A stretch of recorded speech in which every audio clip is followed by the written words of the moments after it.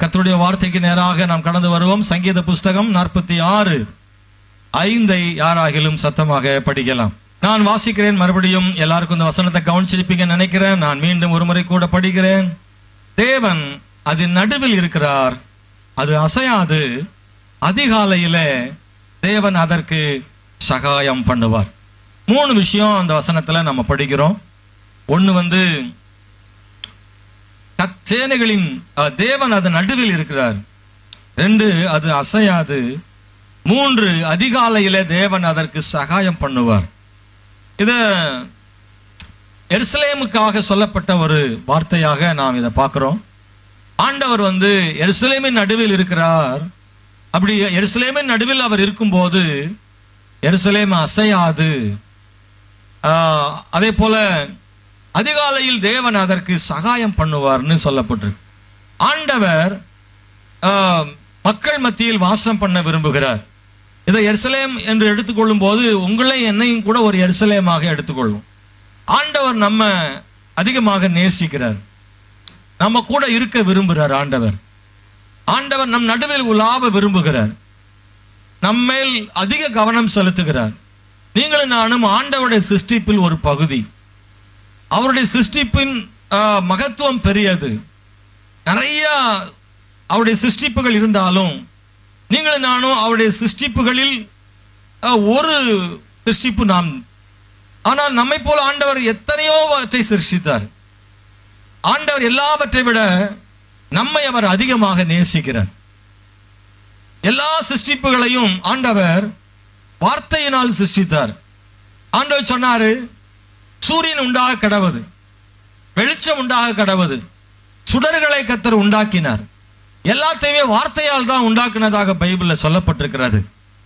ஆண்டவர் இப்படி சொல்ல முடியும், சூரியன் உண்டாக கடவது என்று சொன்ன உடனே பூமியை பார்க்கிலும் பல மடங்கு பெரிதான ஒரு சூரியன் அல்லது மிகவும் அக்கினியான ஒரு சூரியன், இப்படிப்பட்ட ஒரு யாரும் நெருங்க முடியாத அளவுக்கு நெருப்பு கோலம் என்று சொல்லுகிற அளவுக்கு ஒரு பெரிய சூரியனை இயேசு கர்த்தர் வார்த்தையினாலே உண்டாக கடவுள்னு சொன்னவனே அது உருவாகுமானால் மனிதனையும் ஆதாம் உருவாவனாக அப்படின்னு சொல்லி இருந்தா கூட ஆதாம் உருவாயிருப்பானா ஒரு அலையில சொல்லுங்க. பலவீனமால சொல்றிய, இது பாதி சந்தேகத்துல சொன்ன மாதிரி இருக்கு. உருவாவன் நான் நம்புறேன். ஆதாம் உண்டாவானாக சிருஷ்டிக்கப்படுவானாகன்னு கர்த்தர் சொல்லி இருந்தான். ஆதாம் இந்த மரத்துல இருந்து வந்திருப்பான், அந்த பக்கமா இருந்து. ஏவாள் வருவாளாகன்னு சொல்லியிருந்தா அவள் இன்னொரு சைட்ல இருந்து அவ வந்திருப்பான். 2 பேரும் பிரைஸ்லாட் ஸ்தோத்திரம் ஆண்டவரேன்னு சொல்லியிருப்பாங்க.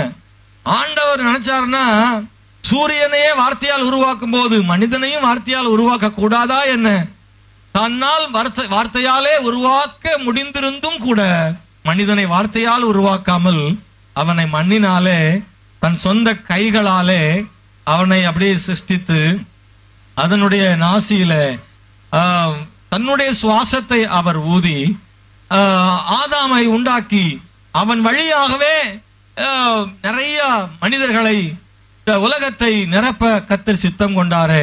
அப்படியானால் எல்லா சிருஷ்டிப்பை விட ஆண்டவர் மனிதனை அதிகமாக நேசிக்கிறார், மனிதனை அதிக முக்கியப்படுத்துகிறார், அவனோடு கூட ஒரு தொடர்பில் இருக்க விரும்புகிறார். வேற எந்த சிருஷ்டியோடும் தேவனுடைய தொடர்பு ஒன்றும் அதில் இல்லை. மற்ற சிருஷ்டிகளுக்கு ஆத்துமா இல்லை, அவர் ஆத்துமாவில் வாசம் பண்ணவும் இல்லை. மனிதனுக்குள்ளே ஆத்துமா உண்டு, அந்த ஆத்துமாவுக்குள் அவரே வாசம் பண்ணுகிறார். ஒரு மரத்தில் அவருடைய சுவாசம் இல்லை, மனிதனில் அவர் சுவாசம் இருக்கிறது. மனிதனுக்குள்ளே உள்ள சுவாசம் அது தேவனே கொடுத்தது. அந்த மனிதனுக்குள்ளே அவர் கொடுத்த சுவாசமே அந்த மனிதன் மூலமாக அவனுக்கு பிறக்கும் பிள்ளைக்குள்ளே போய் சந்ததி சந்ததியாக இன்று வரை உங்களுக்கும் எனக்கும் ஓடும் சுவாசம் அவர் கொடுத்த சுவாசம் தானே. அன்பானவர்களே, அப்படியானால் ஆண்டவர் எத்தனையோ படைப்புகளை படைத்தாலும் மனுஷனை ரொம்ப சிறப்பாக படைத்தார். அவனோடு தொடர்பு கொள்ளுகிறார். ஆதாம் தோட்டத்தில் இருந்த போது படைத்து விட்டாச்சு, சிருஷ்டிப்பும் வேலை முடிந்து விட்டது, இனி நாம் பரலோகத்தில் இருந்து கொள்ளலாம் என்று ஆண்டவர் இருந்து கொள்ளாமல் மனிதனை உண்டாக்கினதற்காக அவனோடு தொடர்பிலேயே இருந்தார். ஒவ்வொரு நாளும் பகலின் குளிர்ச்சியான வேளையில வந்து அவனோடு வாசம் பண்ணினார், அவனோடு உலாவினார்னு சொல்லப்பட்டிருக்கிறது. ஆண்டவர் அவர்களோடு ஆண்டவர் நடந்தார்னு சொல்லப்பட்டிருக்கிறது. அன்பானவர்களே, அது எவ்வளவு பெரிய பாக்கியம்! ஆண்டவர் அது ஒரு அவருடைய விருப்பமும் ஏக்கமுமா இருக்கு. ஆண்டவர் மனிதனை படைத்ததில் சந்தோஷப்பட்டதை விட அவனோடு நடப்பதில் அதிகமாக சந்தோஷப்படுகிறார். ஆண்டவர் மற்ற சிருஷ்டிகளை உருவாக்கினதில் ஏற்பட்ட மகிழ்ச்சியை விட மனிதனோடு வாசம் பண்ணுவதில் அதிக மகிழ்ச்சியாக அவர் இருக்கிறார். மனுஷன் அவருக்கு ரொம்ப பிடிக்கும், நீங்கள் நான் அவருக்கு ரொம்ப பிடிக்கும். அல்லேலூயா. அதனால சொல்றாரு, நான் அவர்கள் நடுவில் வாசம் பண்ணுவேன், அவர்கள் நடுவில் வாசம் பண்ணுவேன் என்று சொல்லுகிறார். ஏன்? அவருக்கு நம்மளால வேற வழியே கிடையாதான்னா அப்படிலாம் இல்லை. நம்ம கூட இருக்கணும்னு அவருக்கு நினைக்கிறதுக்கு காரணம் என்ன அப்படின்னா, அவன் நமக்கு அவரை விட்டா வழி இல்லை, ஆனா அவருக்கு நம்மளை விட்டா வழி இல்லைன்னு இல்லை, ஆனா அவர் நம்மளை ரொம்ப நேசிக்கிறார். அவர் ரொம்ப நேசிக்கிறார், நம்ம பிரியமாக இருக்கிறார். ஹல்லேலூயா. அவருக்கு பூமி இல்லாட்டாலும் வேறொரு நகரம் அவருக்கு உண்டு. ஆமென், ஸ்தோத்திரம். நமக்கு பூமியை விட்டா வேற வழி ஒன்றும் இல்லை. இங்கே தான் நம்ம என்ன செய்யணும்? இவன் செவ்வாவுக்கு போகலாமா நிலாவுக்கு போகலாமான்னு போனாலும் கடைசியில் இங்கே வந்து தான் ஆகணும். ஸ்தோத்திரம். அல்லேலூயா. நான் ஒன்று நல்லா கவனிங்க அன்பானவர்களே, மனுஷனை நேசிக்கிறார். மிக முக்கியமான ஒரே விஷயம், நம்ம கூட இருக்குன்னு நினைக்கிறாரு, அவர் வாசம் பண்ண உலாவுன்னு நினைக்கிறாரு, அவர் சமூகம் நம்மோடு கூட இருக்குன்னு நினைக்கிறாரு. இதுல இந்த விஷயம், அவர் உலாவுதல் அப்படின்றத அவருடைய பிரசன்னம், அவர் சமூகம், அவருடைய மகிமை அப்படின்னு நான் சொல்ல விரும்புறேன். அன்பானவர்களே, ரொம்ப இதுல 3 விஷயம் இருக்கு இந்த வசனத்துல. ஒண்ணு, அவருடைய பிரசன்னம் இருக்கு, தேவனுடைய பாதுகாப்பு இருக்கு, தேவனுடைய சமாதானம் இருக்கு. அதுல ஒன்ன மட்டும்தான் சொல்றதுக்கு நேரம் இருக்கும், தேவ பிரசன்னம். இந்த தேவ பிரசன்னத்தை பத்தி நீங்க என்ன நினைக்கிறீங்கன்னு தெரியல. தேவ பிரசன்னம் என்பது அவர் நம்மோடு இருப்பதற்கு சமமானது. கர்த்தர் நம்ம கூட வாசம் பண்ணுவது. அவரை காண முடியவில்லை, ஆனால் அவரை உணர முடிகிறது. தேவனை காண முடியாது, ஆனால் அவரை உணர முடியும். காற்றை காண முடிகிறதில்லை, ஆனால் காற்று இருப்பதை நம்மால் உணர முடிகிறது. அவன் ஆண்டவருடைய காற்று தான் பிரசன்னம். அவரை பார்க்கல, எங்கதான் இருக்கிறாரு, ஆனா நாம் ஆராதிக்கும் போதும் ஜெபிக்கும் போதும் அவர் பிரசன்னம் நம்மேல் காற்றை போல வருகிறது. அந்த பிரசன்னத்தை உணரும் போது அவர் இங்கே இருக்கிறார் என்பதை நாம் உணர்ந்து கொள்கிறோம். ஆண்டவர் எங்கே இருக்கிறார் என்று கேள்விகள் பலர் கேட்டாலும் ஆண்டவர் இங்கே இருக்கிறார் என்பதற்கான பதிலை விசுவாசிகள் உடையவர்களாக இருக்கிறாங்க. விசுவாசிகளுக்கு தெரியும் கர்த்தர் இங்கே இருக்கிறார். அவர் ஜெபிக்கும் இடத்துல அவருடைய பிரசன்னம் இருக்கிறது, அவர் சமூகம் இருக்கிறது. இன்னைக்கு ஆண்டவருடைய பிரசன்னம் எவ்வளவு முக்கியமானது என்பதை நீங்கள் மறந்துவிடக் கூடாது. தேவனுடைய பிரசன்னம் எவ்வளவு முக்கியமானது என்பதை புரிந்தவர்களுக்கு தான் தெரியும். யார் தேவ பிரசன்னத்தை அனுபவித்திருக்கிறார்களோ அவர்களுக்குத்தான் தேவ பிரசன்னத்தின் முக்கியத்துவம் நமக்கு தெரியும். தேவ பிரசன்னத்தின் முக்கியத்துவத்தை அறியாதவர்களுக்கு அது ஒருபோதும் அது தெரியாது. அன்பானவர்களே, ஸ்தோத்திரம். ஒரு மனிதன் விவசாய நிலத்துல ஒரு பொருளை, மின்னுகிற பொருளை கண்டுபிடித்து அந்த பொருளை எடுத்துக்கொண்டு அவன் குடிசை வீட்டுக்குள்ளே அவன் ஒரு இடத்துல வைத்திருக்கிறான். அவனுக்கு சரியான விவசாயங்கள் இல்லை, ஆனால் அவனுக்கு வருமானம் இல்லை, மிகவும் கஷ்டப்படுகிறான். ஆனா அந்த கஷ்டத்தின் நடுவிலையும் ஏதோ வாழ்ந்து கொண்டிருக்கிறான். அவன் வீட்டுக்கு வந்த ஒருவர் அவனை சந்திக்கிறார், அவனிடத்துல பேசுகிறார். திடீரென்று பேசிக் கொண்டிருக்கும் போது அங்கே இருந்த அந்த பொருளை பார்க்கிறார். அது என்னவென்று கேட்கிறார். அது மண்ணிலிருந்து எடுக்கப்பட்ட மண்ணோடு அதை இருப்பதை பார்க்கிறார். இந்த விவசாயி கொஞ்சம் வித்தியாசமா இருப்பதாக அந்த இடத்துல வைத்திருக்கிறார். ஆனா அந்த வீட்டுக்கு வந்த புதிய நபரோ விவரம் தெரிந்தவர். அதை எடுத்து பார்த்தால், தொடச்சி சுத்தம் பண்ணி பார்த்தா விலை உயர்ந்த வைரக்கல் ஒண்ணு அதை அங்க வச்சிருக்கிறாரு. அவர் சொன்னாரு, ஏன்பா விவசாயம் இல்லைன்னு கஷ்டப்படுறிய, விதைக்கிறதுக்கு விதை நெல் இல்லைன்றிய, கடன் பிரச்சனையில சிக்கி தவிக்கிறிய, ஆனா உனக்கு உன் வீட்டுக்குள்ளேயே கோடி ரூபாய் வச்சுக்கிட்டு ஏன் நீ கடன்ல வாழ்ற? இதை கொண்டு போய் கடையில கொடுத்தீன்னா உனக்கு மதிப்பு உண்டு. அதெல்லாம் கொடுத்து வித்து கடன் அடைச்சிட்டு ஒரு பெரிய பணக்காரனா அவர் மாறிட்டார். அன்பானவர்களே, ஒரு தகப்பன் தன்னுடைய மகனிடத்துல ஒரு வாட்ச் ஒன்ன கையில கொடுத்து வித்துட்டு வா அப்படின்னு ஒரு பழைய இரும்பு கடைக்கு அனுப்புனாரு. அவனும் அந்த பழைய வாட்ச் அதை கொண்டு போயிட்டு இரும்பு கடையில கொண்டு கொடுத்து அவன் சொன்னான், இதுக்கு ஒரு 10 ரூபா கொடுக்கலாம், எடையை பார்த்து அரசியல் வச்சு நிறுத்தி பார்த்துட்டு இது ஓடாத வாட்ச் தான், ஆனா 10 ரூபா கொடுக்கலான்னு சொல்லி அது பழைய வாட்சின்ற கொடுத்துட்டா அப்படின்னு சொன்னாரு. ஆனா அப்பா சொல்லியிருந்தாரு, நீ வித்துறக்கூடாது, கேட்டுட்டு மட்டுட்டு வா, அடுத்த முறை கொண்டு வித்துடலான்னு. அந்த பையன் அதை கொண்டு வந்துட்டான்.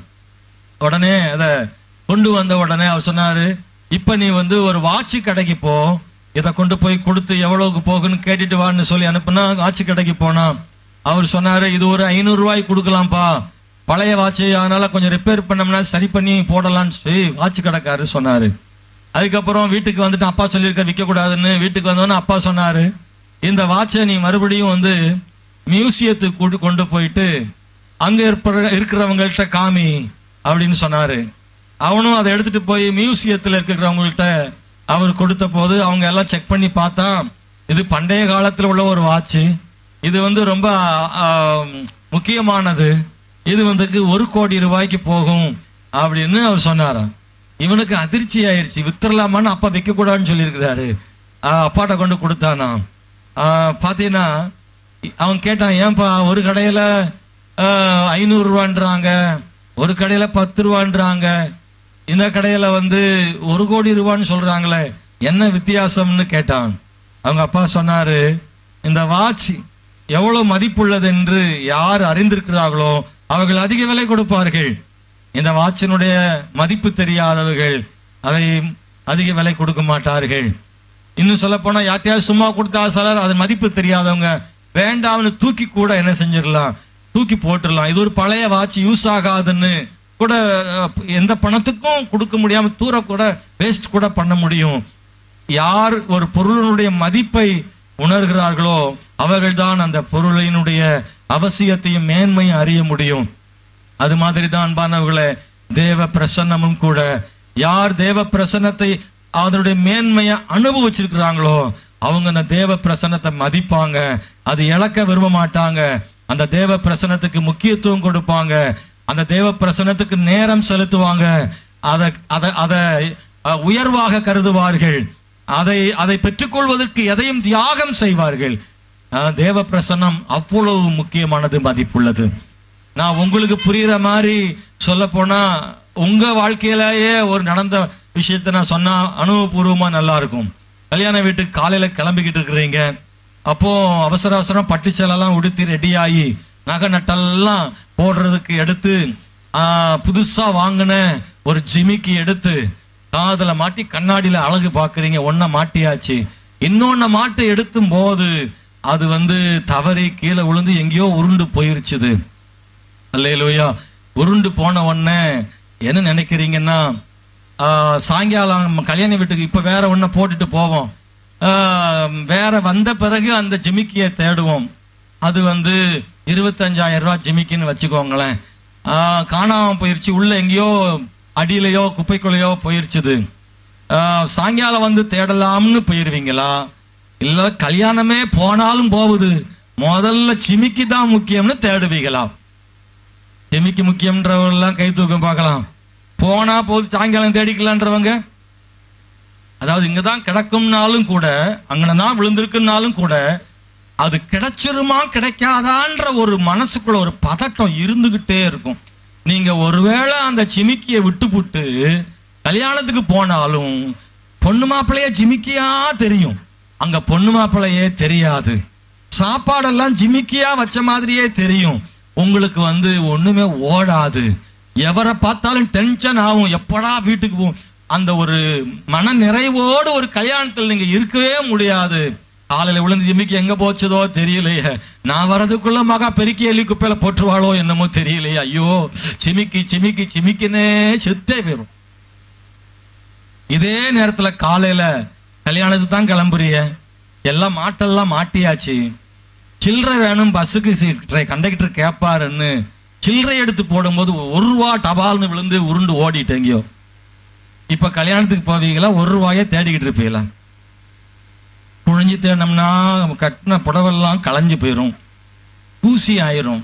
அதனால 1 ரூபா போனா போகுது, வந்த பிறகு அந்த 1 ரூபாயை தேடிக்கலாம், கிடைச்சாலும் சரி கிடைக்காட்டாலும் போனா போட்டும், அது எவனாவது பிச்சைக்கார பையலுக்கு கிடைக்கட்டும்.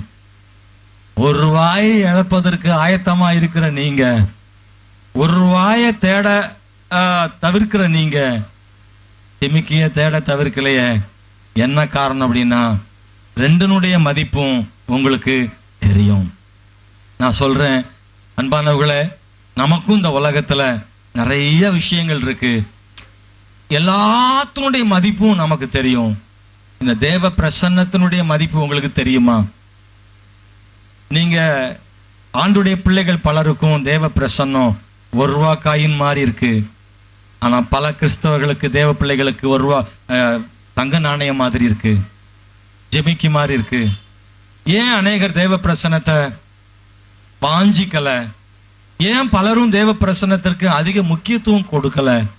அல்லது தேவ பிரசன்னம் உணர்கிறேனான்றது கூட நினைக்கல.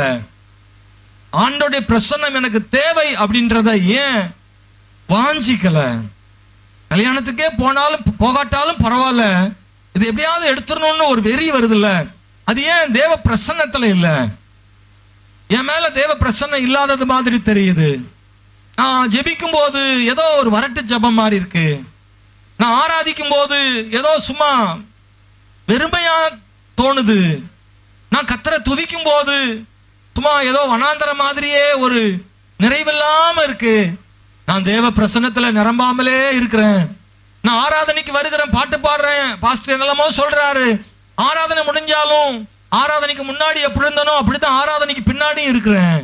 ஆராதனையில, துதியில, ஜபத்துல ஆண்டோட மகிமைய, தேவ பிரசன்னத்தை நான் உணரவே இல்லை அப்படின்னு நினைக்கிறவங்க ஏன் அதை பெற்றுக்கொள்ளணும்னு வாஞ்சிக்கல? 1 ரூபா காயின் கிடைச்சாலும் பரவாயில்ல, கிடைக்காட்டாலும் பரவாயில்லன்ற மாதிரி தேவ பிள்ளைகள் தேவ பிரசன்னத்தை அப்படி நினைக்கிற ஆட்கள் இருக்கிறார்களே, அதுக்கு காரணம் என்ன அப்படின்றத இந்த காலையில உங்களோடு கூட பகிர்ந்து கொள்ள விரும்புகிறேன். ஒன்னே ஒண்ணுதான் நான் சொல்ல விரும்புகிறேன். அதுக்கான பதில், யார் தேவ பிரசன்னத்தை அதை அனுபவிக்கிறார்களோ, அது எவ்வளவு முக்கியம் என்று மனதிலையும் அனுபவங்களையும் வாழ்விலும் உணர்ந்திருக்கிறார்களோ, அவர்கள் அந்த தேவ பிரசன்னத்தை விடவே மாட்டார்கள். யாருக்கு இந்த தேவ பிரசன்னம் முக்கியமானது என்று தெரியும் என்றால், நான் ஒரு சில மனிதர்களை வேதத்தில் சொல்ல விரும்புகிறேன். நான் போன வெள்ளிக்கிழமை நான் ஜபம் நடத்திக்கிட்டு இருந்தேன். உபவாச ஜபத்துல வரிசையா ஆண்டவர் சில அந்த அடையாளங்களை, உதாரணங்களை கொடுத்தாரு. அதையே இன்னைக்கு இந்த காலையில உங்களோடும் பகிர்ந்து கொள்ள விரும்புகிறேன். அன்பானவர்களே, வேற இன்னும் இந்த தேவ பிரசன்னத்தினுடைய நன்மைகள் பல இருக்கு. ஆனா ரொம்ப முன்னாடி சொல்ல வேண்டியது, தேவ பிரசன்னத்தின் நன்மைகளை விட தேவ பிரசன்னத்தின் முக்கியத்துவத்தை நான் முதல்ல சொல்லணும்னு நினைக்கிறேன். ஆண்டோடைய பிரசன்னத்தின் முக்கியத்துவம் என்னவென்று கேட்டால், அதை மோசேக்கு தெரியும். எவ்வளவு தேவ பிரசன்னம் முக்கியம்னு மோசே அறிந்து வைத்திருந்தார். யாத்திராகமம் புஸ்தகம் 33ஆம் அதிகாரம் 15ஆம் வசனத்தை படிக்கும் போது மோசே ஆண்டவரை பார்த்து சொல்ற வார்த்தை என்ன தெரியுமா? ஸ்தோத்திரம். யாத்திராகமம் 33:15 படிக்கும் போது, அப்பொழுது அவரை நோக்கி, உம்முடைய சமூகம் எங்களோடு கூட செல்லாமற் போனால் எங்களை இவ்விடத்திலிருந்து கொண்டு போகாதிரும், எங்களை கொண்டு போகாதிரும். உம்முடைய சமூகம், உம்முடைய பிரசன்னம், உம்முடைய மகிமை, இந்த வார்த்தையெல்லாம் கூட ஆண்டவருடைய பிரசன்னத்துக்கு அடையாளமா இருக்கு, அவர் இருப்பதற்கு அடையாளமா இருக்கு. மோசே சொல்றார், ஆண்டவரே, வனாந்தரம்னா என்னன்னு அவருக்கு தெரியும், கானான்னா என்னன்னு மோசேக்கு தெரியும். ஏற்கனவே ஆண்டவர் கானானை பற்றி ரொம்ப விளக்கமா ஆண்டவர் மோசேக்கு சொல்லிட்டாரு. அங்கே பாலும் தேனும் ஓடும் நகரமா இருக்கும்னு சொல்லியிருக்கிறார். அது ஒரு செழிப்பான நாடுன்னு ஆண்டவர் ஏற்கனவே மோசேக்கிட்ட சொல்லிட்டாரு. அது எல்லாம் மோசேக்கு தெரியும். கானானின் மேன்மை தெரிந்திருந்தும் மோசே கானானின் மேன்மையை முக்கியப்படுத்தாமல் வனாந்தரத்தின் மேன்மையை முக்கியப்படுத்த காரணம், வனாந்தரத்துல அவருடைய சமூகம் இருக்கிறது, அவருடைய பிரசன்னம் இருக்கிறது. ஆமென், ஸ்தோத்திரம். ஆண்டவர் மோசையோடு கூட ஆண்டவர் சொன்ன வார்த்தைகளை மனதில் கொண்டு சொல்ற, ஆண்டவரே, நீங்க எங்க கூட வரல அப்படின்னா, உங்க சமூகம் எங்க கூட வரல அப்படின்னா, கானான் எங்களுக்கு வேண்டாம் ஆண்டவரே என்று மோசே சொல்றாரு. ஆண்டவர் கோபத்துல தான் சொல்றாரு, நான் கானானை கொடுத்துருவேன், என் சமூகம் உன் முன்னாடி போகும், அது ஒரு அடையாளமா போகும், ஆனா நான் உங்க கூட வரமாட்டேன்னு சொல்லிட்டாரு. அன்பான தேவனுடைய பிள்ளைகளே, இந்த வார்த்தையின் அர்த்தம் என்ன? என் சமூகம் உனக்கு முன்னே போகும், நான் வரமாட்டேன் அப்படின்னு சொல்லிட்டாருன்னா என்ன அர்த்தம்னா, அதாவது கானானை பெற்றுக்கொள்வதற்காக என் சமூகம் வருமே ஒழிய உங்க கூட நான் என்ன செய்ய மாட்டேன், இருக்க மாட்டேன். இந்த அர்த்தத்தை நீங்க புரிஞ்சு கொள்ளணும். அவர் சமூகம் தான் வருதே அப்படி இல்ல, அந்த சமூகம் எப்படிதான் இவங்க மேல பிரியமாக அல்ல, ஏதோ இவங்களுக்கு வாக்கு கொடுத்துட்டோம், கானானை தர்றேன்னு சொல்லியாச்சு, அதனால கானானுக்குள்ள போகிற வரைக்கும் இவங்களை எப்படியாவது கொண்டு சேர்க்கணும், அதுக்காக வரக்கூடிய ஒரு தேவ சமூகம் தானே ஒழிய கர்த்தர் அவங்க கூட வருவதற்கான தேவ சமூகம் அவங்க கூட என்ன செய்யல, வராதுன்னு ஆண்டவர் சொல்றார். நல்லா கவனிங்க, மோசையை போல நீங்களும் நானும் அவருடைய சமூகத்தின் அவருடைய பிரசன்னத்தின் மேன்மையை நாம் புரிந்து கொள்ளணும். மோசே சொல்றாரு, வேண்டாம் ஆண்டவரே, நீங்க இல்லாத அந்த கானான் எங்களுக்கு வேண்டாம்யா, இங்கிருந்து எங்களை ஆண்டவரே அனுப்பாதிரும் ஆண்டவரே, உம்முடைய பிரசன்னம் இருக்கிற இந்த வனாந்தரம் இருந்தால் போதும் ஆண்டவரே என்று சொல்ல மோசேக்கு தைரியம் வந்தது என்றால் காரணம் என்ன தெரியுமா? அவருடைய பிரசன்னத்தின் மேன்மை அவனுக்கு தெரியும். ஏன்னா அவருடைய பிரசன்னம் இல்லாத கானான் கூட கொஞ்ச நாள்ல வனாந்தரமா மாறி போயிடும். ஆனா வனாந்தரத்திலேயே இருந்தா, அங்கே கர்த்தரும் இருந்தா, வனாந்தரம் வந்து ஆறுகள் நிறைந்ததாகவும் பாலும் தேனும் ஓடுகிறதாகவும் இந்த வனாந்தரம் கொஞ்ச நாள்லயே மாறி போயிடும். ஆண்டவர் இருக்கிற இடம் வனாந்தரம் கானானா மாறிடும், ஆண்டவர் இல்லாத இடம் கானான் வனாந்தரமா மாறிடும். அதனாலதான் சொல்றாரு மோசே, இல்ல ஆண்டவரே, நீங்க தான் எங்களுக்கு முக்கியம், பாலும் தேனை விட தேவ சமூகமே முக்கியம். பாலும் தேனை விட உங்க சமூகமே முக்கியம் என்று மோசே சொல்லுகிறான். இரண்டாவது, இன்னொரு மனிதர் தாவீது, தேவ பிரசன்னத்தின் மேன்மையை தாவீது அறிந்திருந்தான். சங்கீதம் 51:11 படித்து பார்த்தால் அதுல தாவீது சொல்றாரு, உம்முடைய சமூகத்தை விட்டு என்னை தள்ளாமலும், ஆமென் ஸ்தோத்திரம், உம்முடைய பரிசுத்த ஆவி என்னை விட்டு எடுத்துக்கொள்ளாமலும் இரும் என்று தாவீது ஜெபிக்கிறான். உங்க சமூகத்தை விட்டு என்னை தள்ளாதீங்க, உமது பரிசுத்த ஆவி என்னிடத்திலிருந்து எடுத்துக்கொள்ளாதீங்க. எப்ப சொல்றாரு இந்த ஜெபம்னா, அவர் பாவம் செய்துட்டாரு பத்சேபாளோடு, அந்த பாவத்துக்காக ஆண்டவர்கிட்ட மன்றாடுகிறார். நான் செய்த பாவத்துக்காக ஆண்டவரே தண்டனை உண்டு என்று அறிவேன், ஆண்டவரே என்ன தண்டனை வேணாலும் கொடுங்க, நான் ஏத்துக்கிறேன், ஆனா உங்க சமூகத்தில் இருந்து மட்டும் என்னைய தள்ளி விட்டுறாதீங்க. எவ்வளவு அற்புதமான ஒரு ஜெபத்தை தாவீது செய்யறார் தெரியுமா? தாவீதுக்கு மேன்மையான பல விஷயங்கள் இருந்தது. தாவீதுக்கு இன்னும் மேன்மையா உள்ள பல விஷயம். அரண்மனை அவனுக்கு மேன்மையானது தான், அவனுடைய சிங்காசனம் மேன்மையானது தான், அவனுடைய ராஜ பதவி மேன்மையானது தான், அவனுக்கு கிடைக்கிற உணவுகள் ராஜ உணவுகள் மேன்மையானது தான், அவனுடைய குடும்பம் மேன்மையானது தான், தங்கம் கொட்டி கிடக்குமே அரண்மனைகளில், அது அவனுக்கு மேன்மையானது. இன்னைக்கு தாவீது ராஜா என்பதனாலே அவனுக்கு ஏராளமான மேன்மைகள் அவனுக்கு நிறைய இருக்கு. ஆனா தாவீது சொல்றாரு, நான் இதெல்லாம் மேன்மையா நினைச்சாலும் அதை விட மேன்மையான ஒண்ணு இருக்கு, அது உம்முடைய சமூகம் ஆண்டவரே, உங்க சமூகத்தை விட்டு மட்டும் என்னை தள்ளிடாதீங்க. நான் அதை படிக்கும் போது ஆச்சரியமா இருக்கும். அவன் வேற ஒன்றுக்காக தாவீது ஜெபிக்கவே இல்லை. ஆண்டவரே, நான் அரண்மனையையும் சிங்காசனத்தையும் நான் மேன்மையா வச்சிருந்தாலும் அதை விட மேன்மையா உண்மை வச்சிருக்கிற ஆண்டவரே, உங்க பிரசன்னத்தை வச்சிருக்கிற ஆண்டவரே, எவ்வளவு எவ்வளவு எனக்கு தங்கம் கூடினாலும், எவ்வளவு எவ்வளவு எனக்கு பதவிகள் கூடினாலும், எவ்வளவு எவ்வளவு வருமானம் கூடினாலும், இந்த பக்கம் கூட கூட கூட இந்த பக்கம் உண்மை இன்னும் உயர்த்திக்கிட்டே வர்ற ஆண்டவரே என்று தாவீது சொல்றான். நம்முடைய வாழ்க்கையில எப்போதும் நீங்க மறந்துடக்கூடாது, நம்ம வாழ்க்கையில பல நேரங்கள்ல நம்முடைய உலக வாழ்க்கையின் மேன்மைகள் கூட தான் செய்யும், கூடணும். ஸ்தோத்திரம். இருக்கிற மாதிரி நீங்க இருக்கக்கூடாது தானே, ஒவ்வொரு நாளும் கூட தானே செய்யணும். அன்னைக்கு வாங்கின சம்பளமே இன்னைக்கு வாங்கிட்டு இருக்க முடியுமா? சம்பளம் கூடும், பதவிகள் கூடும், வியாபாரம் கூடும், பொருளாதாரம் கூடும், வீடு வாசல்கள் வசதிகள் கூடலாம். ஸ்தோத்திரம். திடீர்னு ஒருத்தனுக்கு மனைவி கிடைக்கும், ஒருவனுக்கு ஒரு பெண்ணுக்கு கணவன் கிடைக்கும். இதெல்லாம் வந்து ஒவ்வொரு படி மேலதான் வருது. சும்மா சுத்திக்கிட்டு தெரிஞ்சவனுக்கு ஒரு பொண்ணை கொடுத்தவன ஒரு மேன்மை. அல்லேலூயா. 2 பேரும் சேர்ந்த பிறகு அடுத்து வீட்டுக்கு ஒரு வரவு ஒன்று என்ன செய்யும், குழந்தை ஒன்று வரும். அது அடுத்த படி. அப்புறமா திடீர்னு ஒரு முறுக்கு செயின், அது ஒரு படி. திடீர்னு டிவிஎஸ் வாகனம், ஹோண்டா வாகனம், அது ஒரு படி. இப்படி ஒவ்வொன்றா வர வர ஒவ்வொரு படி ஏறிட்டே இருக்கு. ஆனா ஒன்ன மறந்துடப்படாது, இந்த பக்கம் உலக நன்மைகள் ஒரு படி ஏற ஏற நாமளா பார்த்து ஆட்டோமேட்டிக்கா இயேசுவை உயர்த்திட்டே உயர்த்திடணும். இந்த பக்கம் கண்டுக்கிடாம விட்டுட்டு இதை மட்டுமே பார்த்துட்டே இருந்தோம்னா இங்கேயே இருக்கும். கடைசியில பார்த்தா ஆண்டவரும் இல்லாம இதுவும் இல்லாம போயிடும். நான் சொல்றேன், ஆண்டவர் உங்களுக்கு பல படிகளை தரணும். ஆண்டவர் தருவாராக. நிறைய பேருக்கு வேணாம் போல தெரியுது. எங்க நீங்க ஆமீன் சொன்னீங்கன்னா அப்பா தாங்கப்பான்னு அர்த்தம், நீங்க ஏத்துக்கிறேன்னு அர்த்தம். ஆமை நல்ல அர்த்தம் சொல்றோம். பல படிகளை உங்களுக்கு ஆண்டவர் தரட்டுங்க, உயர்வுகளை தரட்டுங்க. ஆனா பல நேரங்கள் இந்த பக்கம் என்ன செய்ய நம்ம பார்க்காம விட்டுறோம். பணம் சேரும் போது ஆண்டவர் உயர்த்தாம விட்டுறாங்க.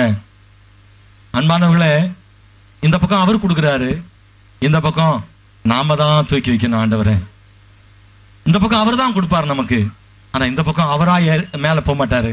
நாம தான் நீ நல்லவர் வல்லவர்னு உயர்த்தி அவரை மகிமைப்படுத்தி ஆண்டவர் அப்படியே உண்மை உயர்த்துகிறேனப்பான்னு உயர்த்திடணும்.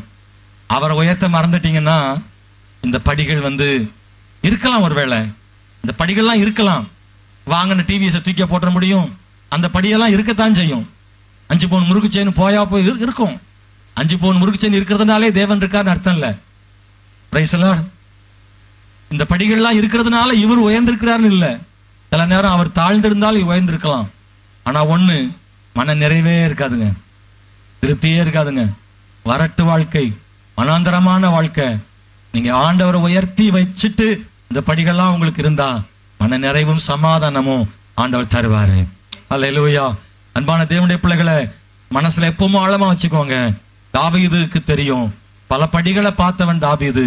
ஆனா தேவனை உயர்த்தி வைக்கும் படியில் ஒரு நாளும் அவன் குறைஞ்சதே கிடையாது. அவன் நோக்கமெல்லாம் பாத்தீங்கன்னா இதெல்லாம் இருந்துச்சு. ஆனா இது மேல ரொம்ப கவனமே செலுத்தல. அவன் ஆண்டவருடைய உடன்படிக்கை பெட்டிய தாவீது நகரத்துக்கு கொண்டு வரணும், அவருக்கு ஒரு ஆலயத்தை கட்டிடணும்.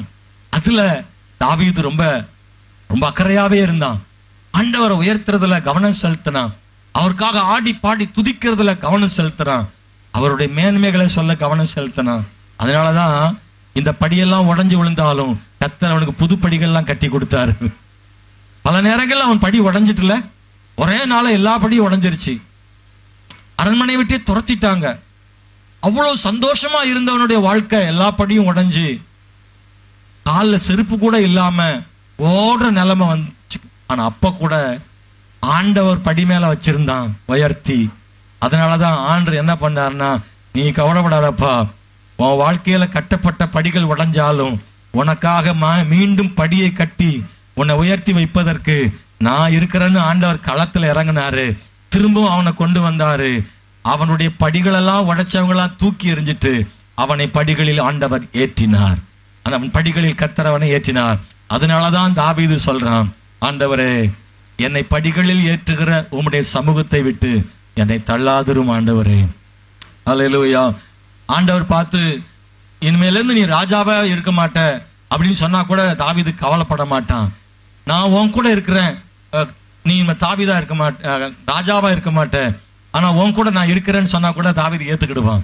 ஏன்னா அவர் இருந்தானா அவர் நிச்சயமா அவனை உயர்த்தி தான் வைப்பாரு. அல்லேலூயா. தோல்வியின் தேவனாக அவர் இருக்க மாட்டாரு, உயர்வின் தேவனாக தான் அவர் இருப்பாருன்னு தாவீது ஆண்டோடைய பிரசன்னத்தை சமூகத்தை உணர்ந்தவனாக இருந்தான். அன்பானவர்களே பாருங்க, தேவ பிரசன்னத்தின் மேன்மைய பேதுரு அறிந்திருந்தான். மத்தேயு 17:4 படிச்சீங்கன்னா, ஒரு மலையில போய் இயேசு கிறிஸ்து மருவமாகிறாரு. அங்க தேவ பிரசன்னம், ஆண்டோட மகிமை அந்த மலையில இறங்கிருச்சு. எலியாவும் மோசையும் அந்த மலையின் மேல் வர்றாங்க, இயேசு கூட பேசுறாங்க. அந்த மகிமையெல்லாம் பேதுரு, யோவான், யாக்கோபு எல்லாம் பாக்குறாங்க. பேதுரு சொல்றாரு, ஆண்டவரே நாம் இங்கேயே இருப்போம், இங்கேயே இருக்கிறது நல்லது. எது நல்லது?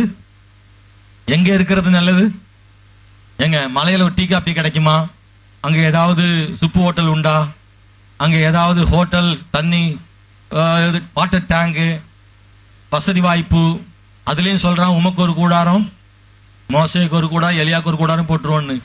இவன் எங்கேயாவது ஒரு கூடத்தில் ஒட்டிக்கலான்னு பேதர் நினைக்கிறாரு. எனக்கு ஒரு கூடாரம்னு கேட்கல. ஆண்டவரே, எனக்கு கூடாரமே இல்லாட்டாலும் பரவாயில்ல, எனக்கு தங்குறது கூடாரமே தராட்டாலும் பரவாயில்ல, இது ஓரமா எங்கனையா ஓரஞ்சாரம் படுத்துக்கிறேன், ஆனா ஒண்ணு இங்கேயே இருக்கலாம் ஆண்டவரே. என்ன அது எப்படிங்க? அது எப்படி? காரணம் என்ன தெரியுமா? எல்லாம் இருக்கிற ஒரு இடத்தை விட ஒண்ணுமே இல்லாத ஒரு இடத்துல அவர் சமூகம் இருந்தா அதுதான் மேன்மையானது அப்படின்னு பேதுரு நினைக்கிறாருல்ல. இயற்கையா சொல்ல போனா பூமியில தான் எல்லாம் கிடைக்கும்.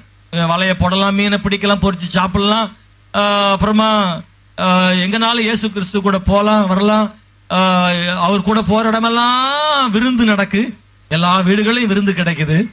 மகிழ்ச்சியான ஒரு இடம் பூமியில தான், இயேசுவோடு தரையில தான். ஆனா மலை மேல எதுவுமே இல்லை. ஆனா பேதுரு சொல்றாரு, இதுதான் ஐயா, இங்கதான் இருக்கணும்னு சொல்றாருன்னா, அன்பானவர்களே, விருந்தை விட மற்ற எல்லாத்த விட தேவ சமூகம் மேன்மையானதுன்னு பேதுருவுக்கு தெரியும். இயேசுவோடு இருந்த, அவரை காட்டி கொடுத்த யூதாசுக்கும் தெரியும் ஆண்டவருடைய சமூகத்தின் மேன்மை. ஆண்டவருடைய சமூகத்தின் மேன்மை யூதாசுக்கும் தெரியும். ஆனால் காலதாமதமாக தெரியும், காலதாமதமாக தெரியும். யூதாஸ் இயேசுவுக்கு ரொம்ப முக்கியமானவன், பேதுருவை விட இல்ல, ஆனா யூதாஸ் முக்கியமானவன் தான். ஏன் தெரியுமா? எங்க போனாலும் ஆண்டவர் கிடைக்கிற காணிக்கையெல்லாம் அவனுக்கு தான் போகும். இல்ல, அவன் தான் வச்சிருக்கிறான், அவன் தான் பராமரிக்கிறான். ஆண்டவருக்கு ஏதாவது தேவைன்னா யூதாசு கிட்ட தான் வாங்குவது உண்டு. பொருளாதாரத்தை கையாளுகிற இடத்துல இருந்தான், ரொம்ப ஆண்டவரோடு நெருக்கமா இருந்தவனா இருந்தான். இன்னும் சொல்ல போனா அவனை ஆண்டவர் ரொம்ப நேசித்தார். அதனாலதான் அவனை, தன்னை காட்டி கொடுத்தவனை இயேசு காட்டி கொடுக்கவில்லை. இயேசு ரொம்ப நல்லவர். இயேசு காட்டி கொடுத்தாரா? பேதுரு என்ன காட்டி கொடுக்க பிளான் பண்றான், நீ என்னன்னு கவனிச்சுக்கோன்னு சொன்னாரா? இயேசு ஒரு நாளும் இவன் தான் காட்டி கொடுக்க போறான்னு வெளிப்படையா காட்டி கொடுக்கல. கடைசி நேரத்துலதான் சில அடையாளங்கள்னால சொன்னாரு. அதையும் அவங்களுக்கு விளங்கிக்கிற மாதிரி இடத்துல யாரும் இல்லை. ஸ்தோத்திரம். அவங்க விளங்கிக்கிட மாட்டாங்கன்னு தான் ஆண்டவர் வெளிப்படுத்தினார என்னமோ தெரியல. பாருங்க, ரொம்ப ஆண்டவர் மனசுல இடம் பிடிச்ச ஒரு மனுஷன். பாருங்க, இந்த ராபோஜனத்துல இயேசு சொல்றாரு, நீ செய்யறத சீக்கிரமா செய்யன்னு அவனை அனுப்புறாரு. அப்படின்னா என்ன அர்த்தம்னா, எல்லாரும் நினைச்சுக்கிட்டாங்க இயேசுவை இவனை எங்கேயோ அனுப்பியிருக்காருன்னு. அதுல ஒரு விஷயம் உங்களுக்கு புரியுதா? இப்படி நினைக்கிறதுக்கு என்ன காரணம் அப்படின்னா, அடிக்கடி சில வேலைகளுக்கு அவனைத்தான் கர்த்தர் என்ன பண்ணியிருக்கிறாரு, அனுப்பி இருக்கிறாரு. அதனாலதான் எப்பவும் ஆண்டவர் அவனை அனுப்புவார்ல, அதே மாதிரி இந்த முறையும் அவனை அனுப்பி இருக்கிறாருன்னு மக்கள் விளங்கிக்கிட்டாங்க. அப்படின்னா ஆண்டவருக்கு ரொம்ப வேண்டியப்பட்ட ஒருவனாக இருந்த யூதாசு ஒரு குறிப்பிட்ட நேரத்துல இயேசுவை ஒரு படியில் வைத்திருந்த போது 30 வெள்ளிக்காசு இன்னொரு படியில் ஏறிவிட்டது. அவனுடைய வாழ்க்கையில ஒரு படி சைடுல 30 வெள்ளிக்காசு. இயேசுவை விட 30 வெள்ளிக்காசு மேன்மையானதுன்னு நினைச்சான். இயேசுவின் சமூகத்தை விட 30 வெள்ளிக்காசு யூதாஸ் நினைக்கிறான். யூதாஸ் நினைக்கிறான். நல்லா கவனிங்க, எல்லாம் நடந்தது. இயேசுவை காட்டி கொடுத்துட்டான். இயேசு இல்லாட்டாலும் பரவாயில்ல, 30 வெள்ளிக்காசு இருந்தா நல்லா சாப்பிடலாம், நல்லா வாழலாம், சுகபோகமா இருக்கலாம் அப்படின்னு 30 வெள்ளிக்காசுக்கும் நான் நினைக்கிறேன் உட்கார்ந்து பேப்பர்ல எழுதியிருப்பான், எதுலயோ நோட் பண்ணிருப்பான். இந்த 2 வெள்ளிக்காசு அதுக்கு செலவு பண்ணணும், ஒரு 3 வெள்ளிக்காசை வாங்கி இந்த இடம் வாங்கணும், இன்னொரு வெள்ளிக்காசை வாங்கி என்னென்ன பொருள்லாம் வாங்கணும், இல்லை ஒரு 2 கழுதை எப்படியாவது வாங்கி எங்கேயா ஊருக்கு போகிறதுக்கு, அன்னைக்கு கழுதான டாட்டா சுமோ குவாலிஸ் எல்லாம் அதுதான், 2 கழுதை, கோவேரி கழுதை வாங்கணும் அப்படின்னு 30 வெள்ளிக்காசுக்குமே அவன் திட்டமிட்டு இருந்திருக்க கூடும். எல்லாம் நினைச்சிட்டான். பரவாயில்ல, ஏன்னா அவன் கண்ணுக்கு முன்னாடி பூரா இதுதான் தெரியுது. 30 வெள்ளிக்காசை வச்சு என்னெல்லாம் பண்ண போறானோ அதுதான் அவனுக்கு ரொம்ப உயர்வா தெரியுது. இயேசு அவனுக்கு பெருசாவே தெரியல. ஆனா இயேசுவையே இறக்கி விட்டு அல்லது தூக்கி எறிந்து விட்டு அவன் கட்டிய படிகளில் நின்று 30 வெள்ளிக்காசால் வாழ்வதற்கு அந்த 30 வெள்ளிக்காசை கையில் பெற்று விட்டான்.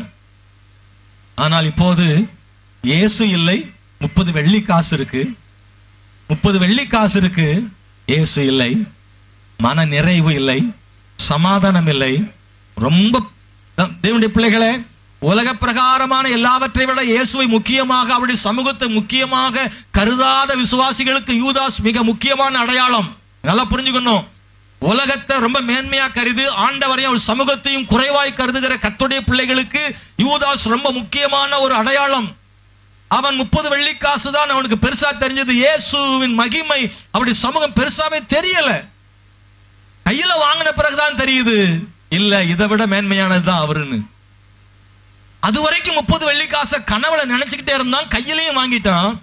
இதுவரை பெரிதாக தெரியாத இயேசு, அவர் மகிமை, அவர் சமூகம் இப்பதான் தெரியுது.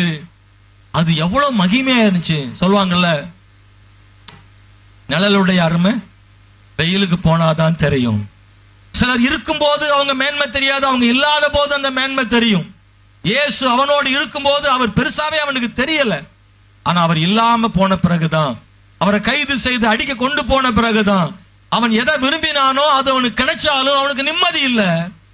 அதை வாங்கிக்கிட்டு அங்க ஓடுறான், எங்க ஓடுறான், எப்படியாவது பழைய மாதிரி வந்துடணும்னு நினைக்கிறான்.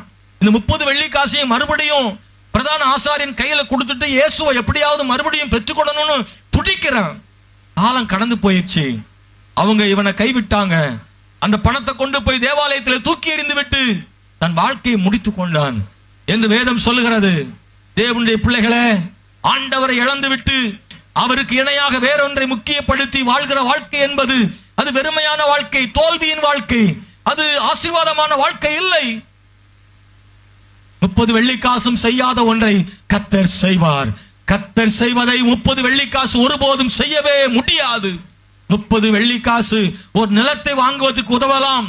குயவனுடைய கையிலிருந்து ஒரு நிலத்தை வாங்க 30 வெள்ளிக்காசு உதவலாம். ஆனால் யூதாசே, உன்னை அப்போஸ்தலனாக மாற்றுவதற்கு 30 வெள்ளிக்காசு ஒருபோதும் உதவாது. உன் மனதில் சமாதானத்தையும் மகிழ்ச்சியையும் கொடுப்பதற்கு 30 வெள்ளிக்காசு ஒரு நாளும் உதவாது. தேவனாகிய கர்த்தர் உன் வாழ்க்கையில் வச்சிருக்கிற தீர்க்க தரிசனத்தை சொப்பனங்களை நிறைவேற்றுவதற்கு, அவருடையதான உயர்வை கொடுப்பதற்கு, தேவன் நினைத்த தேவ திட்டம் வாழ்க்கை நிறைவேறுவதற்கு 30 வெள்ளிக்காசு ஒன்றும் செய்ய முடியாது. இயேசுவின் சமூகம் தான் அதை செய்து முடிக்கும். அல்லேலூயா. நல்லா புரிஞ்சுக்கோங்க.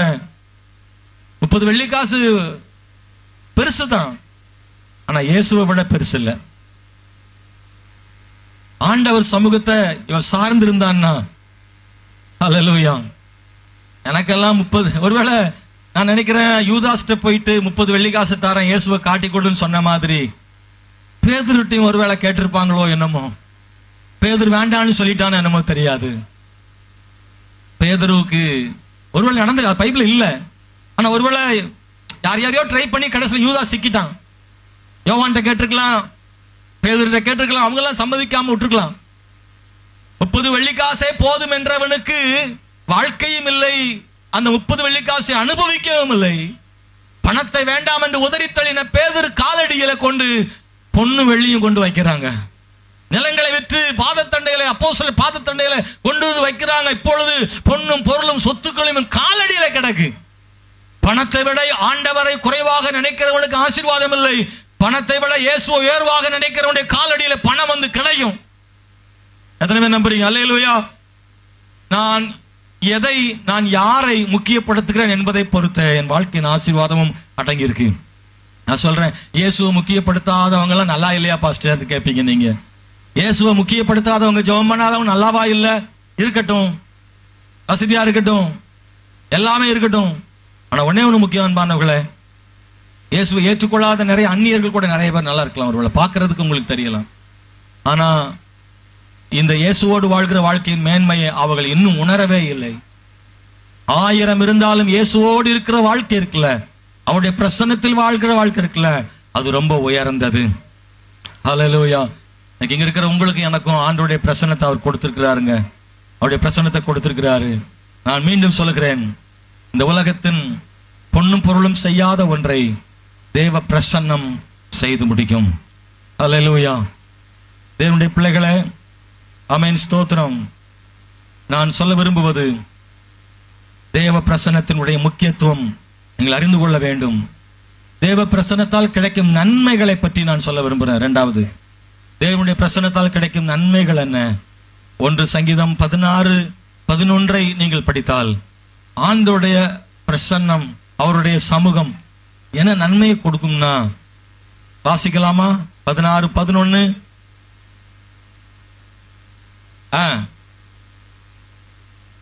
உம்முடைய சமூகத்தில் பரிபூர்ண ஆனந்தமும் உம்முடைய வலது பார்சத்தில் நித்திய பேரின்பமும் உண்டு. ஆண்டவர் சமூகத்தில் என்ன கிடைக்குமா? நீங்களே சொல்லுங்களேன், என்ன கிடைக்குமா? பரிபூர்ண ஆனந்தம், பேரின்பம் மட்டும் இல்ல, என்னவா? நித்திய பேரின்பம். தேவனுடைய சமூகத்தில் பரிபூர்ண ஆனந்தம் கிடைக்கும். ரொம்ப எளிமையா சொன்னா, அவருடைய சமூகத்துல மகிழ்ச்சி இருக்குன்னு. அவருடைய சமூகத்துல மகிழ்ச்சி இருக்கு. அல்லேலூயா. ஒரு நல்ல கர்த்தரை ஆராதனை பண்ணி தேவ பிரசன்னத்தை உணர்ந்து போகும்போது அதுல ஒரு சந்தோஷம் என்ன செய்யுது இருக்கு. நீங்க ஜெபம் பண்ணும் போது, ஆராதிக்கும் போது, ஆண்டுடைய பிரசன்னத்தை உணரும் போது ஒரு மகிழ்ச்சி என்ன செய்யுதுன்னா வருது. அதைத்தான் ஃபாதர் பாடுறாருல, அறுசுவை உணவு உண்பது போல திருப்தி அடைகிறேன். அது ஒரு மகிழ்ச்சி. அது அதாவது சொல்ல திருப்தி, திருப்தி அடைகிறேன், அப்படிதானே சொல்ல, திருப்தி அடை. அல்லேலூயா. Praise the lord. பாட்டு தொடக்கம் தான் வரமாட்டேக்கு. ஆனந்த களிப்புள்ள உதடுகளால் போற்றி புகழ்கிறேன். அந்த சந்தோஷம் இருக்குல்ல, தேவனை புகழ்றதுல தேவ பிரசன்னம் இருக்கு. ஆனந்த களிப்புள்ள உதடுகளால சந்தோஷமான அவரை ஆராதிக்கிறேன்.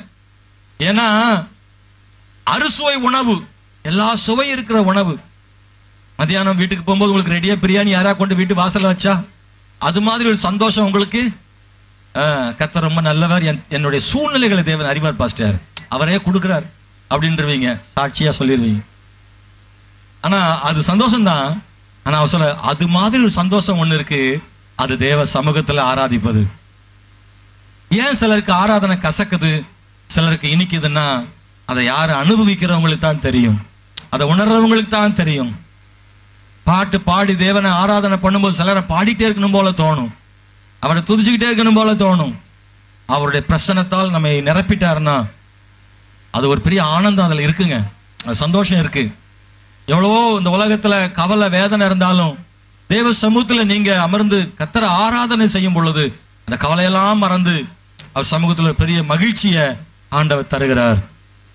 இரண்டாவது, தேவ பிரசன்னத்துல ஒரு பாதுகாப்பு இருக்கு. சங்கீதம் 91:1 படிக்கும் போது, உன்னதமானவரின் மறைவில் இருக்கிறவன் சர்வ வல்லவருடைய நிழலில் தங்குவான். உன்னதமானவருடைய மறைவில் இருக்கிறவன் தேவ சமூகத்தில் இருக்கிறான், அவருடைய பிரசன்னத்தில் இருக்கிறான். தேவ பிரசன்னத்தில் இருக்கிறவன் சர்வ வல்லவரின் நிழலில் தங்குகிறான். இது வனாந்தரத்தில் இஸ்ரவேல் ஜனங்களுக்கு பாதுகாப்பே அவருடைய பிரசன்னம். அந்த மகிமையின் மேகம் அவர்களை நடத்தினதுனால எல்லாம் பாதுகாப்பு கிடைத்தது என்பதை நாம் வேதத்தில் வாசிக்கிறோம். மூணாவதாக தேவ பிரசன்னத்தால் கிடைக்கும் நன்மை என்ன? யாத்திராகமம் 33:14 படிக்கும் போது, தேவ பிரசன்னத்தில் சமாதானம் இருக்கிறது. தேவ பிரசன்னத்தில் சமாதானம். அதற்கு அவர், என் சமூகம் உனக்கு முன்பாக செல்லும், நான் உனக்கு இளைப்பாறுதல் தருவேன் என்றார். இளைப்பாறுதல் என்றது ஒரு சமாதானத்தின் அடையாளமா இருக்கு. அன்பானவர்களே, ஸ்தோத்திரம். அது ஒரு பெரிய மகிழ்ச்சி, சமாதானத்தை கொடுக்கிறாரு. நாலாவதாக, தேவ பிரசன்னத்தில் அவருடைய வழி நடத்துதல் இருக்கு. எங்கெல்லாம் தேவ பிரசன்னம் இருக்கோ அங்கே அவருடைய வழி நடத்துதல் இருக்கும். இஸ்ரவேல் ஜனங்களை தான் அதற்கும் உதாரணமா சொல்லலாம். தேவ பிரசன்னம், அவருடைய மகிமை அவர்களை வழி நடத்தினது என்பதை வாசிக்கிறோம். அவருடைய பிரசன்னம் தான் அவங்கள எங்க போகணும்னு காமிச்சது. அவங்க வழி தெரியாத இடம், இதுவரைக்கும் வந்த இது இல்லை, அந்த இடத்திற்கு கானானுக்குள்ளே அவங்க போனதில்லை. பிறந்ததுல இருந்தே அவங்க 430 வருஷம் வனாந்தர எகிப்திலேயே இருந்து பழகிட்டாங்க. அந்த ராம்சேஸ், பித்தோம் அப்படின்ற அந்த 2 பட்டணங்கள்லயே வாழ்ந்தே பழகிட்டாங்க. குறுகிய இடத்துக்குள்ளேயே வாழ்ந்துட்டாங்க. வேற எங்கேயும் பயணம் போனதில்லை, சொந்தக்காரங்க வீட்டுக்கு போனதில்லை, இன்னொரு ஊருக்கு போனதில்லை, ஒரு நாள் அப்படி செய்ததே இல்லை. காலையில் எழ வேண்டியது, வேலைக்கு போக வேண்டியது, கொடுக்கிற சாப்பாடை சாப்பிட வேண்டியது, இரவிலே படுக்க வேண்டியது. விடுமுறை கிடையாது, வாழ்க்கையில் என்ஜாய்மெண்ட் கிடையாது, பொழுதுபோக்குகள் கிடையாது, எந்த விதமான வாய்ப்பும் இல்லாமல் அடிமைகளாக இருந்த அவர்களுக்கு நீண்ட தூர பயணம். இப்பொழுது புதிதான ஒரு இடம், வனாந்தரத்தை பார்த்ததில்லை. இப்ப அந்த வனாந்தரத்தின் அனுபவங்களில கர்த்தர் தான் அவர்களை வழி நடத்துகிறார். தேவன் இல்லாமல் இவர்கள் அந்த வனாந்தரத்தில் நடந்திருக்க முடியாது. தேவனுடைய பிரசன்னம், சமூகம் நம்மை வழி நடத்தும். இஸ்ரவேலை வழி நடத்துமானால் நம்மையும் வழி நடத்தும். அந்த தேவ பிரசன்னம் எந்த மனிதனும் வழி நடத்த முடியாத அளவுக்கு தேவ பிரசன்னம் நம்மை வழி நடத்தும். வெற்றியின் பாதைக்கு நம்மை கொண்டு போகும். முடிவெடுக்க முடியாத இடங்கள்ல முடிவெடுப்பதற்கு தேவ பிரசன்னம் நமக்கு உதவி செய்யும். 2 கரம் நல்லா தட்டி கர்த்தரை துதிங்க. ஆண்டவரே, எனக்கு வழிகாட்டும் ஆண்டவரே, உங்க பிரசன்னம் எனக்கு வேணும் ஆண்டவரே. சபையில மட்டும் இல்ல சகோதரா சகோதரி, உங்க வீடுகள்ல கூட தேவ பிரசன்னம் இறங்கும்படி ஆராதியுங்கள். தேவ பிரசன்னத்தை உணரும்படியாக ஜெபியுங்கள். தேவ பிரசன்னம் இறங்கும்படியாக அந்த பிரசன்னத்தை உணருங்கள்.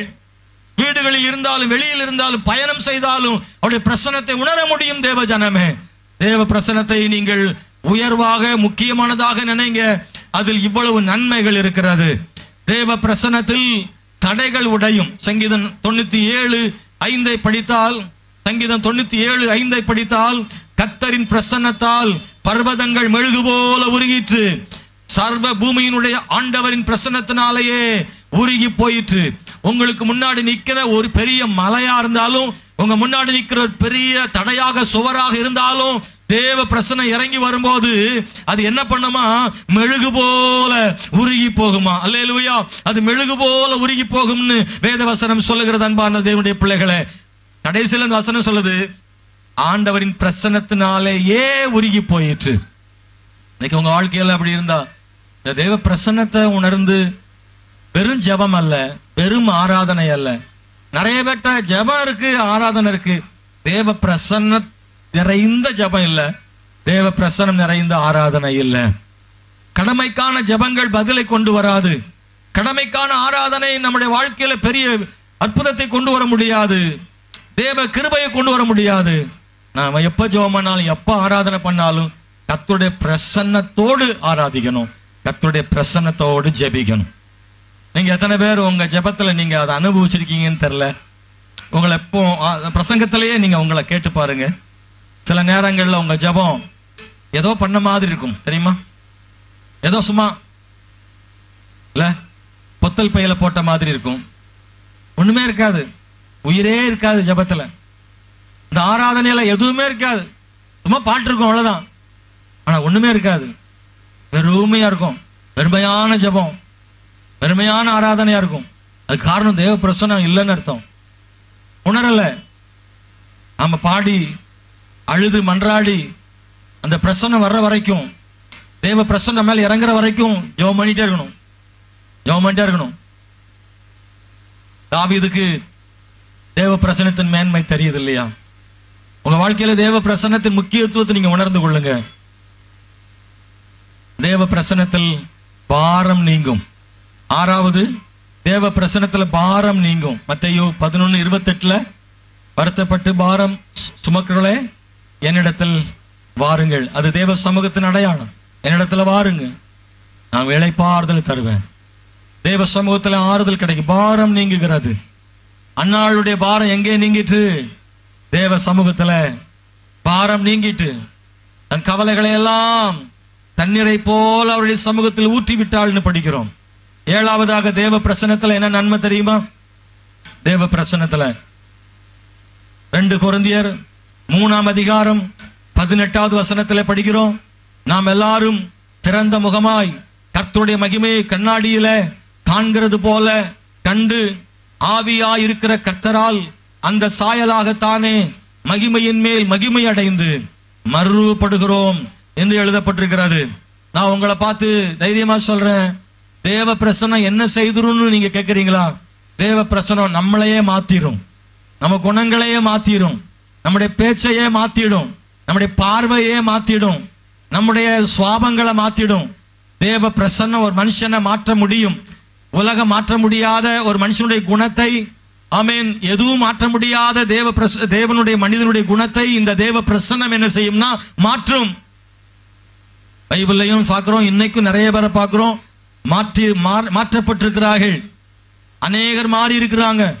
அன்பார்களே, ஒரு தேவ பிள்ளை தேவ பிரசன்னத்துல அதிகமாக இருக்க இருக்க இருக்க இருக்க அவர்களுடையதான குணங்கள் ஆட்டோமேட்டிக்கா என்ன செய்யுதுன்னா மாறுது. மாறி இருக்கா? உங்க வாழ்க்கையில மாறி இருக்கா? ஆமா, உங்களை தனித்தனியா கேட்டா சொல்ல, இப்ப சொன்னா சொல்ல மாட்டீங்க. ஏன்னா உங்க குணத்தையெல்லாம் பழைய குணத்துல சொல்ல முடியாது. எத்தனையோ இருந்தது, அதெல்லாம் ஜெபிக்க ஜெபிக்க மாறி இருக்கிறது. உங்களை பத்தி சில நேரங்களில மற்றவங்க சொல்வாங்க. சிலரை பற்றி கேள்விப்பட்டிருக்கிறேன். முன்னாடி எல்லாம் அவங்க அப்படி இருந்தாங்க, இப்ப இப்படி மாறி இருக்கிறாங்க. அவங்களா இப்படி இருக்கிறாங்கன்னு ஆச்சரியமா இருக்கு. முன்னாடி மாதிரிலாம் இல்லை, பழைய ஆளா இருந்தா வேற, ஆனா இப்ப ரொம்ப சாஃப்ட் ஆகிட்டாங்க, ரொம்ப அமைதியா இருக்கிறாங்க, முன்னாடி மாதிரி அப்படி செய்யறது இல்லை அப்படின்ற சில நல்ல சாட்சிகளுக்காக தேவனுக்கு ஸ்தோத்திரம். சில நேரம் உங்களுக்கே தோணும் நம்ம சரியில்லைன்னு, நீங்களே நினைப்பீங்க இந்த காரியெல்லாம் என்னை விட்டு போகணும், இதெல்லாம் என்கிட்ட இருக்கக்கூடாது, நான் ரொம்ப வளவலன்னு பேசிடுறேன், இல்லைன்னா தவறி கெட்ட வார்த்தை வந்துடுது, இல்லைன்னா கோபம் ரொம்ப அதிகமா இருக்கு, நானே நல்லா இப்படி செய்யக்கூடாதுன்னு நினைக்கிறேன், ஆனா எவனாவது நம்மளை தூண்டி விட்டுறான், நானும் வாயை கண்ட்ரோல் பண்ணா நினைக்கிற கிளறானுங்க நம்மளை அப்படின்னு தோணும் பாருங்களேன். அந்த மாதிரி இடங்கள்ல நீங்க செய்ய வேண்டியது, உங்களுக்கே நீங்க செய்வது சரியாக இல்லை அப்படின்னு தெரிஞ்சும் உங்களாலவே அதை மாற்ற முடியாம இருக்கும். அதை தேவ பிரசன்னம் தான் மாற்ற முடியும், ஆண்டுடைய பிரசன்னம் தான் மாற்ற முடியும். அன்பானவர்களே, தேவ பிரசன்னத்துக்குள் போகும்போது சுவாபங்கள் கட்டாயம் மாறும். அல்லேலூயா. கெத்செமனே தோட்டத்தில் பேதுரு இயேசுவை பிடிக்க வந்த பிரதான ஆசாரிகளின் வேலைக்காரரில் ஒருவனுடைய காதை என்ன செய்தானா? பேதுரு வெட்டும் அளவுக்கு அவனுக்கு முன்கோபம் அதிகம். ஆனா அதே பேதுரு பின்னாட்களில் ஆண்டவருடைய பிரசன்னத்தில் வாழ்ந்த போது அவன் பிரதான ஆசாரியனுடைய வேலைக்காரனை போல எத்தனையோ பேரை பார்த்தான். யார் காதையும் வெட்டல. இயேசுவை பிடிக்க போன போதே வெட்டினவன் தன்னை பிடிக்கும் போது வெட்டினானா? இல்ல. இயேசுவை பிடிக்கும் போது வெட்டினவன் தன்னையே பிடிக்கும் போது கூட அமைதியாக இருந்தான். காரணம், இப்போது அவன் தேவ பிரசன்னம் அவனை மாற்றி இருந்தது. நம்முடைய சுவாபங்களை அவனுடைய பிரசன்னம் மாற்றும். பல நேரங்கள்ல நீங்க தேவ பிரசன்னத்துல மூழ்கி பாருங்கள், தேவ பிரசன்னத்தில் ஜெபித்து பாருங்கள், உங்களை அறியாமலே உங்க சுவாபங்கள் மாறுறத நீங்க பாப்பீங்க. ஒரு சின்ன விஷயத்துக்கு கூட நீங்க டென்ஷன் ஆகிற ஆளு, ஒரு பெரிய விஷயம்னாலும் டென்ஷன் ஆகாம இருக்கிறதுக்கு உங்க சுவாபங்களை, குணங்களை அவருடைய பிரசன்னம் மாற்றும். எவ்வளவு அதிக நேரம் தேவ பிரசன்னத்தில் செலவு பண்ணுறீங்களோ அவ்வளவு அதிகம் உங்க சுவாபங்கள் சீக்கிரமாய் மாறும். அன்பானவர்களே, இந்த 7 விதமான தேவ பிரசன்னத்தின் நன்மைகளை நீங்க பெறணும் அப்படின்னா, இந்த 7 விதமான நன்மைகளை கொடுக்கிற மிக முக்கியமான தேவ பிரசன்னத்தை நான் அனுபவிக்கணும்னா என்ன செய்யணும்? 1, பரிசுத்தமா இருக்கணும். தாவீது கேட்கிறான்ல, ஆண்டவரை உடைய சமூகத்தை விட்டு தள்ளாமலும். அது எதை காட்டுது அப்படின்னா, நான் அவருக்கு விரோதம் பாவம் செஞ்சா என்ன சமூகத்தை விட்டு தள்ளிடுவாருன்னு தாவீதுக்கு தெரியும். நல்லா புரிஞ்சுக்கோங்க, அவருடைய சமூகத்தை விட்டு அவர் நம்மை தள்ளாமல் இருக்க வேண்டுமானால் பரிசுத்தத்தை காத்து கொண்டால் நிச்சயமாக அவர் பிரசன்னம் நம்ம மேல் இருக்கும். 2 எபிரேயர் 4:12 படி ஆண்டவருடைய வசனத்தை நீங்க அதிக முக்கியத்துவப்படுத்தி, ஆண்டவருடைய வசனத்தை சத்தமாக படித்து இந்த வசனத்துக்கு மிக முக்கியத்துவம் கொடுத்தால் அது ஒரு பெரிய தேவ பிரசன்னத்தை நிரப்பும். அல்லேலூயா. வசனம் ரொம்ப முக்கியம். அப்போஸ்தலர் 16 படி நீங்கள் தேவ பிரசன்னத்தை உடையவர்களாக இருக்க வேண்டுமானால் பாடல் பாடி நல்லா ஆராதனை செய்யுங்கள். நீங்க எந்த இடத்துல இருந்தாலும் தேவனை ஆராதிக்க மறவாதீர்கள். உங்க வீடுகள்ல தேவனுடைய பாடல் சத்தம் கேட்கட்டும். அல்லேலூயா. உங்க வீட்டுல ஆண்டோடைய பாட்டு சத்தம் கேட்கா? எங்க வீட்டு பக்கம் ஒரு கடை இருக்கு, மளிகை கடை. அவர் ஒரு விசுவாசி. காலையில போனா எல்லாம் இயேசுவே எனக்கெல்லாம் இயேசுவே பழைய பாட்டு போடுவார். அவரு தெற்கு சைடு உள்ள ஆள் ஒருத்தர் அங்க வச்சிருக்கு. ஆமென், ஸ்தோத்திரம். மத்தியானம் போனீங்கன்னா எம்ஜிஆர் வந்துருவார். ஸ்தோத்திரம். காலையில சாரால் நவரோஜி, நடராஜ முதலியார்லாம் காலையில வருவாங்க வீட்டுக்கு, கடைக்கு. மத்தியானம் எம்ஜிஆர் வருவார். நான் சில மத்தியானம் போவேன், ஐயா ஐயா ஐயா ஐயான்னு போட்டு ஆஃப் பண்ணிட்டு சாரி இப்போதான் எஃப்எம் போட்டு விட்டேன். நான் காலையெல்லாம் ஏசுநாதர் தான் போடுவேன். காலையில ஏசப்பா பாட்டு தான். அது அவரு சொன்னாலும் கேட்க மாட்டேன். காலையில் ஏசப்பா பாட்டு தான். மத்தியானம் என்னங்க மத்தியானம் இல்லை கொஞ்சம் இந்த பழைய பாட்டு கொஞ்சம் பிடிக்குமுங்க அப்படின்னு எம்ஜிஆரை போட்டு விட்டுருது. சாயங்காலம் ஞாபகம் இல்லை, சாயங்காலம் வேற பாட்டு. புது நடிகர்கள் வருவாங்க போல தெரியுது, இளம் நடிகர்கள் வருவாங்களோ நம்ம தெரியல. சாயங்காலம் எஃப்எம் வச்சிருக்காங்க. இங்கே தேவ பிரசன்னம்லாம் இருக்காது, வாய்ப்பே கிடையாது. இல்லை எம்ஜிஆர் பாட்டு, சமீபத்து புது நடிகர்கள் பாட்டுலாம் வரும் இடத்தில் தேவ பிரசனம் இருக்காதுன்னு நான் நினைக்கிறேன். நீங்கள் என்ன நினைக்கிறீங்க? இல்லை, ஆமாம், வாய்ப்பில்லை. அதனால தயவு செய்து சொல்கிறேன், இந்த மாதிரி உங்கள் வீடுகளில் தேவ நாமத்தை தூஷிக்கிற மாதிரி பாடல்கள் பாடாமல் ஆண்டவருடைய பாடல்கள் உங்களுடைய வீடுகளில் கேட்கட்டுங்க, உங்கள் வீட்டில் கேட்கட்டுங்க, ஆண்டவருடைய பாடல் கேட்கட்டுங்க. நீங்கள் உங்கள் கார்லேயோ அல்லது வாகனங்கள்லையோ, நீங்கள் இங்கே வாகனம் வச்சுருக்கிறவங்களாம் இருக்கிறீங்க, உங்கள் வாகனங்களில் நீங்கள் என்ன செய்யணும்? ஆமென், ஸ்தோத்திரம். தேவனுடைய பாடல்கள் என்ன செய்யணும்? தொனிக்கணும். உங்கள் கூடவே ஒன்று வருது இல்லை, செல்ஃபோன், அதில் ஸ்தோத்திரம் தேவனுடைய பாடல்கள் தொனிப்பதாக. ஸ்தோத்திரம்.